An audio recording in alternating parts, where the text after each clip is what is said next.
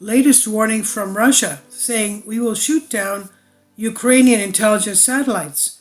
Russia says these are legitimate targets in space.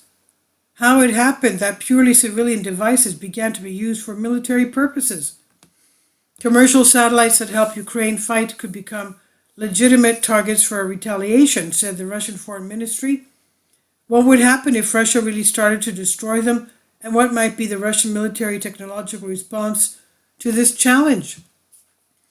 Just a few years ago, about 1,000 active satellites were operating in orbit, and their number was gradually increasing by several dozen a year.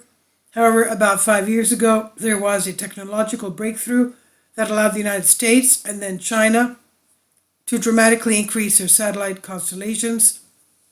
The number of satellites began to increase rapidly.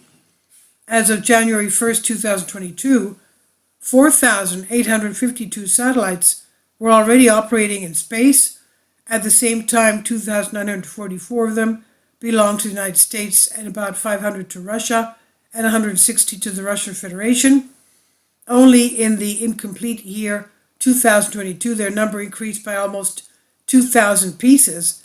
In fact, we have before us the result of a kind of a secular revolution.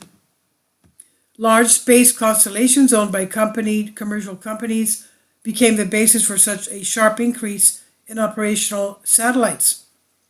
Basically, these are satellites providing communication services, broadband internet access, and Earth remote sensing, ERS. Large groups.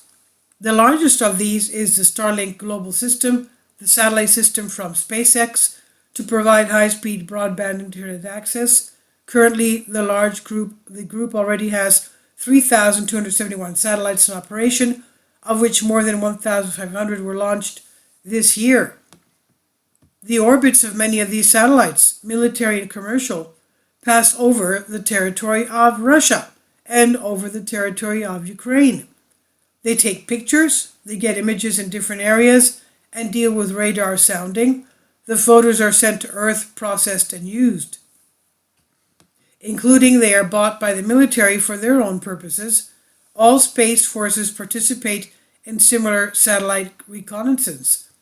The invasion of Ukraine showed that satellite reconnaissance, the use of satellite communications, and the control of the satellite are extremely effective. They allow to gain a serious tactical advantage over the enemy. The most important are the speed of obtaining operational information, its processing, and possibility of transferring it to the executors. The ability to track almost any equipment is to receive information about enemy aircraft literally immediately after takeoff. Prohibition of use. And now the Russian Foreign Ministry made a special statement about these satellites, saying we confirm that such a quasi-civilian infrastructure, if used in military operations against Russia, can reasonably become a legitimate target for retaliation. According to Moscow, the only purely military and most radical option to eliminate this threat is the mass destruction of satellites in orbit. Russia and some other countries have the technical capabilities to do this. True, the implementation of such a scenario will inevitably lead to many years of pollution of the most popular orbits with debris from destroyed spacecraft, you can imagine. And also, most likely, will dilute and destroy both the Russian satellite constellation and, for example, the Chinese constellation. This will also destroy two orbital stations operating in space, the International Space Station, the ISS, and the Chinese Space Station, the Chinese Tiangong. What can Russia do in such a situation? It's clear that no state will voluntarily give up such a space advantage in technology and will not sign any treaty to limit such civilian technologies and convenient military use. The State Department refers to its declaration in 1967, Outer Space Treaty, to which most states are signatories, quote, but there is nothing there that would prohibit the direct use of spacecraft, end quote, it says. Article 4 states that the states parties to the treaty undertake not to put in orbit around the Earth objects carrying nuclear weapons or other weapons of mass destruction, not to install such weapons on celestial bodies, or to place such weapons in space in any other way. to become space leaders ourselves in conditions where orbital groupings have become the basis of modern space.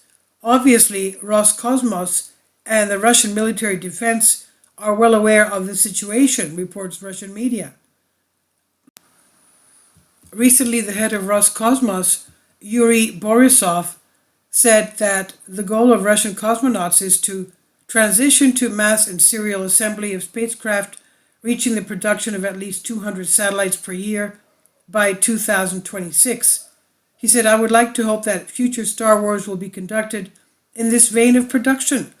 This is by Pen Postagma, and I've translated this for you from a Greek article. Please leave your comments. Thank you for your support. Kindly support my Patreon account. The daily posts are 5 videos daily, and they are totally different from what I have on my YouTube channel.